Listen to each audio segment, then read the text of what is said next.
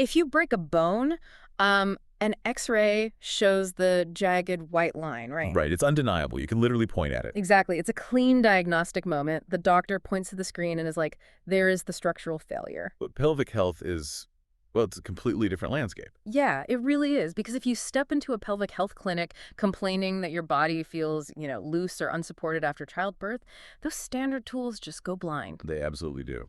So today's deep dive is about this crazy medical paradox where the cure for feeling loose might actually be treating a muscle that is way too tight. Which is fascinating when you really get into the biology of it. It is, and fixing the problem requires mapping anatomy that just doesn't show up on a standard scan. Oh, yeah. We are digging deep into clinical trial protocols, surgical textbooks, FDA and nice regulatory guidelines, and even materials from women's health clinics. It's a huge stack of sources today. Yeah, and our mission is to answer one really specific question. How are introital laxity looseness at the vaginal opening and canal laxity looseness deep inside treated differently? That's the core of it. Okay, let's unpack this. Because we hear all these marketing buzzwords, right? Like vaginal rejuvenation. Right, and we first have to completely discard those marketing terms.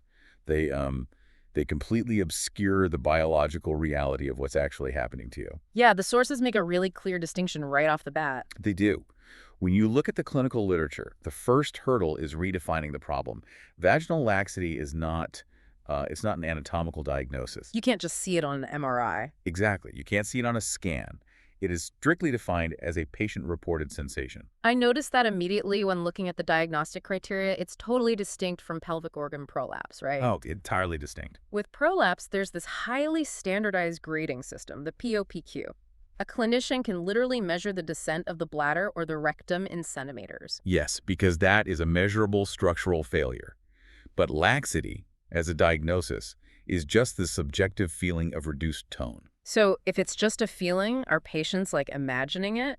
No, not at all. The sensation is profoundly real. But the mechanism is just different. It's like the hammock analogy from the sources, right? Right. If you look at the pelvic floor like a hammock holding up the pelvic organs, prolapse is when the trees holding the hammock physically give way. They collapse inward. The organs actually shift out of place. Right. But laxity, that's the hammock itself stretching out. It loses its tensile strength. The anchors are still there, but the fabric is just, has lost its tension. So what degrades the fabric? The clinical literature points to two main culprits. The first one is fairly straightforward mechanical trauma. Childbirth. Exactly. A vaginal delivery involves extreme physical stretching. You get micro-tearing and sometimes even complete avulsion of the levator antemuscles. The fabric of the hammock is literally physically damaged. Yes. And the second mechanism is hormonal, specifically menopause. Right, the dropping estrogen. When systemic estrogen drops, women experience what's called genitourinary syndrome of menopause. The tissue architecture just fundamentally transforms. It thins out, right? Yeah, the thick protective lining of the vagina thins out significantly. You lose glycogen, which alters the microbiome, decreases moisture, and causes this massive loss of elasticity. This is where I actually found myself pushing back on the guidelines a bit. Oh, how so? Well, I was looking at the UK's NICE guidelines. They're basically the gold standard for conservative care. And they recommend 16 weeks of supervised pelvic floor muscle training as the first-line treatment. Right, physical therapy. But my confusion is, if a muscle is literally torn from childbirth, or if the tissue is degraded because of missing estrogen, how does doing 16 weeks of Kegels put a torn tissue back together? Well, it doesn't. It doesn't. No, and that is a really crucial biomechanical distinction. Physical therapy cannot re-weld torn muscle fibers. So what are the exercises actually doing then? Those 16 weeks of targeted contractions build compensatory strength in the surrounding intact muscles. You're training the surviving muscles to work overtime. Oh, wow. Yeah, it increases the resting baseline tone of the whole pelvic floor to basically mask the structural deficit left by the tear. Okay, that makes sense mechanically. But what about the hormonal side of things? The guidelines also say you have to use local vaginal estrogen as a first-line defense before even talking about surgery. Yes, absolutely. But the fascinating part is that topical estrogen doesn't actually act as a mechanical tightener, does it? Not at all. It doesn't rebuild deep fascia or change muscle mass. Estrogen rehabilitates the mucosa. It just plumps the tissue. Exactly. It triggers cell proliferation in the lining. It restores the glycogen. brings back the good lactobacilli bacteria, and restores natural lubrication. Here's where it gets really interesting to me. By restoring that hydration and friction, the patient's feeling of laxity often completely goes away. It does. You basically cure the feeling of looseness without actually tightening a single muscle. You're just changing the surface tissue's health. It's incredible, right? Okay. It really forces clinicians to ask how much of a patient's perception of looseness is actually just a lack of friction and moisture. And if you fix the moisture, they don't need surgery. Right. Patients frequently just cancel their surgical consults once the tissue is healthy. But conservative care obviously has a ceiling. It does. Sometimes the structural damage is just too severe. And when 16 weeks of training and estrogen fail, the protocols escalate. This is where the literature literally divides the pelvis based on anatomy. Yes. You have to look at the load-bearing walls first. Yeah. The deep vaginal canal. Right. So what's happening in the deep canal? The deep canal relies on the fibromuscular layer and the endopelvic fascia. This is the heavy-duty tissue that suspends the bladder in the front and the rectum in the back. It's the structural support. Exactly. So when that system fails, interventions have to aggressively target collagen remodeling. I was reading about the non-surgical tech for this, and the mechanisms are wild. Like the V-tone device doing the equivalent of 17,000 Kegels in 30 minutes. Yeah, electromagnetic stimulation. And then there are the radiofrequency devices like Morpheus 8V. It uses microneedles to deliver energy directly into the canal walls at like very specific depths, 1, 2, or 3 millimeters. Why so precise? Because depth is the whole ball game here. If you deliver the energy too shallow, you just burn the superficial mucosa. Ouch. Which just causes pain. Right, with no structural benefit. But if you go deeper than 3 millimeters, you risk thermal injury to the bowel or the bladder. That sounds dangerous. It is. So targeting exactly 1 to 3 millimeters perfectly isolates that deep fibromuscular layer. And the goal is essentially controlled thermal injury, Yeah. right? Yes, microtrauma. The radiofrequency heats the tissue enough to denature the existing stretched-out collagen. It essentially damages it on purpose. Exactly. Your body interprets that heat as a wound, which triggers a massive healing cascade. It floods the area with fibroblasts that lay down brand new, tightly woven collagen. It's sort of like taking a blowtorch to a frayed nylon rope. That's a great analogy. The heat just melts and fuses the fibers back together, making the rope rigid again. But if the blowtorch isn't enough, the surgical textbooks from Baylor College of Medicine get way more invasive. Right. That's when surgeons perform an anterior or posterior colporrhaphy. Which means they are literally cutting into that deep fibromuscular layer. Yes.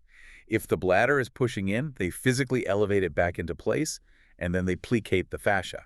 Plication. I found this fascinating. It's like they're tailoring a loose piece of clothing. That's exactly what it is. They fold the stretched fascia over on itself and stitch it tight to make the canal narrower. But wait, if the tissue was weak to begin with, aren't you just stitching weak tissue to weak tissue? You hit on the primary challenge in pelvic reconstructive surgery right there. Yeah. Plication doesn't magically create strong tissue. So how does it hold? It relies on creating a biological scar plate. The overlapping stitched tissue heals into a dense fibrotic ridge that acts as a new structural pillar. Oh, so the scar itself is the new support. Yes, success depends entirely on the patient's ability to form that robust scar tissue before the sutures just pull through the weak fascia. Okay, so for the deep canal, we're either using energy to aggressively rebuild collagen, or a surgeon is going in and literally tailoring the deep tissue into a scar plate. Right. That's the canal. But the moment we move to the opening, the introitus, the anatomy changes completely. It's an entirely different mechanical challenge. The introitus is just the gateway. It's not holding up the heavy organs. Its structure relies on the superficial muscles and the perineal body, right? Yeah. The tissue between the vagina and the anus. Exactly. And that is the exact area that gets destroyed during a vaginal delivery. With perineal tearing. Right. Second, third, or fourth degree tears, or episiotomies, literally cleave the perineal body in half. So the treatment has to be totally different. You can't do a deplication here. Surgically, you need a perineoplasty. The surgeon dissects the superficial muscles, finds the retracted ends, and sutures them directly back into the central perineal body. They basically reconstruct the gateway. And on the non-surgical side, the devices have to be different too. Very different. The sources mention the VVIV device, which uses reverse gradient radiofrequency. It blasts the deeper tissue with 75 to 90 joules per square centimeter. Which is a massive dose of energy. Right. But while it does that, it applies cryogen cooling to the surface. Because the superficial mucosa there is incredibly sensitive. If it overheats, it sloughs off. The cooling acts as a thermal shield so the energy can stimulate fibroblasts deeper down without causing surface burns. Okay, but as I was reading the materials from the Women's Health Clinic, I found something about scars that completely blew my mind. The tethered scars. Yes. When a woman tears and heals, she forms a perineal scar. And sometimes that scar gets tethered and rigid. It pulls the anatomy completely out of alignment. Right, because it has no elasticity. It acts like an anchor holding everything back. And the crazy part is, this physical pulling mimics the feeling of laxity. It's highly deceptive. The patient feels this gaping looseness at the opening and assumes they need a tightening surgery.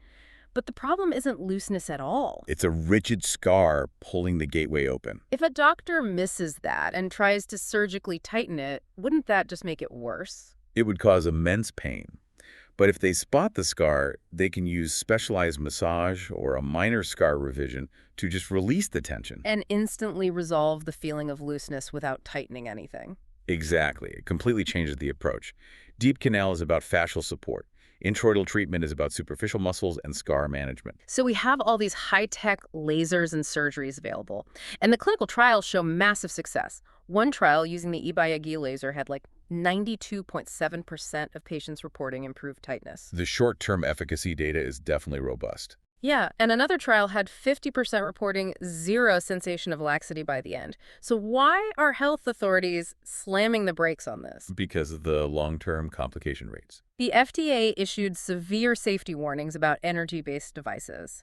And in 2025, Australia's regulator, the TGA, literally canceled all approvals for them. A total ban.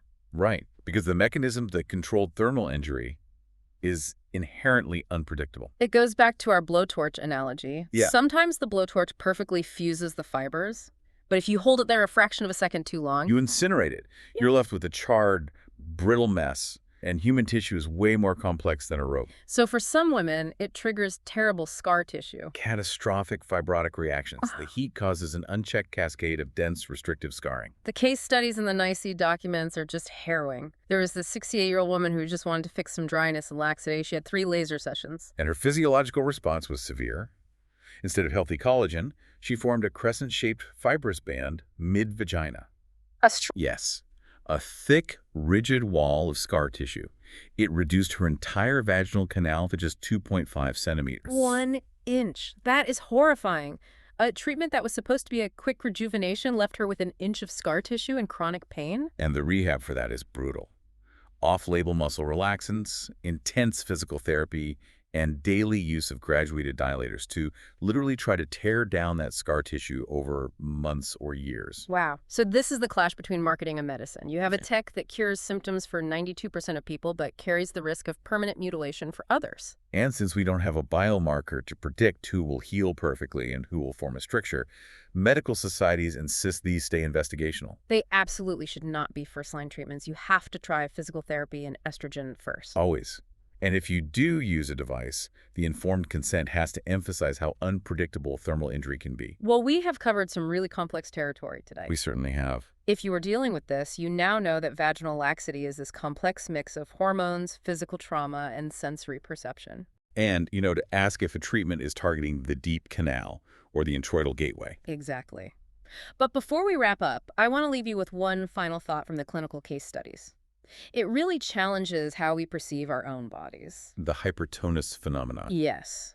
Sometimes patients go to the doctor complaining of severe looseness and lack of sensation, but they don't have loose muscles at all. They have extreme pelvic floor hypertonus. Their muscles are locked in a constant, exhaustive spasm. They're clenched as tight as a fist. Right. And when a muscle is locked like that, it rapidly burns through its oxygen. The tissue becomes totally exhausted. And an exhausted muscle just goes numb. Precisely. It can't respond to stimuli anymore, so the brain receives this signal of numbness, and it completely misinterprets it. The brain translates numb into feeling loose and unsupported. The patient is convinced they are gaping open, when really they are gripping as tight as possible. It's wild to think about.